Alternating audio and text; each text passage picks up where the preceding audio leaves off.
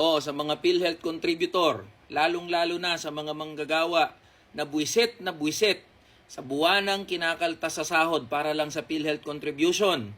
Mas mabuwisit pa po kayo. Alam niyo kung bakit? Kasi may plano ang gobyernong to na pakialaman at gastusin yung pera natin, yung contribution natin, para sa kung saan man nila yan gustong gastusin.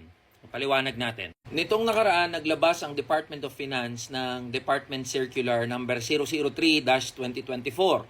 Dito sa Department Circular na to, inaatasan ng Department of Finance yung mga government-owned and controlled corporations o mga GOCCs na i-remit o ibigay yung kanilang mga excess funds sa pambansang pamahalaan. Ngayon, para saan? No? Bakit i-remit ng mga GOCCs gaya ng PhilHealth yung sobrang pera sa pambansang pamahalaan? Ito daw kasi yung magiging fund source o pagmumulan ng pondo doon sa mga tinatawag na unprogrammed appropriations ng gobyerno. Ngayon, ano yung unprogrammed appropriations o yung unprogrammed funds na tinatawag? Parang standby yan na pera o budget na wala pang purpose na pagkakagastusan sa ngayon. Pero later on, pag naisipan na gastusin, pwedeng gastusin yan.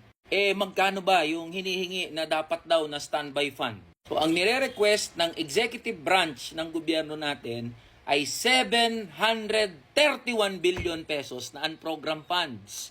Yung kanyang hinihingi sa Kongreso. Isang kembot na lang, 1 trilyon na yan. 1 trilyon na wala pang purpose na budget. Standby lang daw. Ngayon, yung PhilHealth bilang isa sa mga government-owned and controlled corporations ang panggagalingan ng pondo para mabuo itong unprogrammed funds. Wala naman sana dapat problema kasi may mga gano'n naman talaga na hindi natin ma-foresee o makikita agad na dapat pagkagastusan. Pero tangina naman PhilHealth, may sobra-sobra ka palang pondo, may sobra-sobra ka palang pera mula sa subsidyo sa gobyerno tsaka sa kontribusyon namin na mga manggagawa.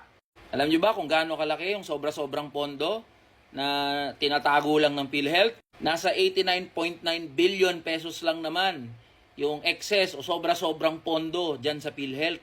Malinaw na nakasulat sa batas sa Universal Healthcare Act na kapag may sobrang pera o pondo ang PhilHealth, dapat nitong gamitin yung pondong ito para i-expand o paramihin yung benepisyong nakukuha ng mga miyembro ng PhilHealth. Pwede rin itong mga hulugan ng pagpapababa ng premium o yung binabayaran natin buwan-buwan. Hayop na PhilHealth to. Sobra-sobra pala yung pera. Tinaasan pa yung monthly premium. Mula 4%, ngayong taong to, 5% na ang monthly premium. Tapos ngayon, balak pa nila na pakialaman at gastusin yung kontribusyon, lalong higit ng mga manggagawa para gastusin sa kung saan man na hindi natin malaman na pagkakagastusan nila.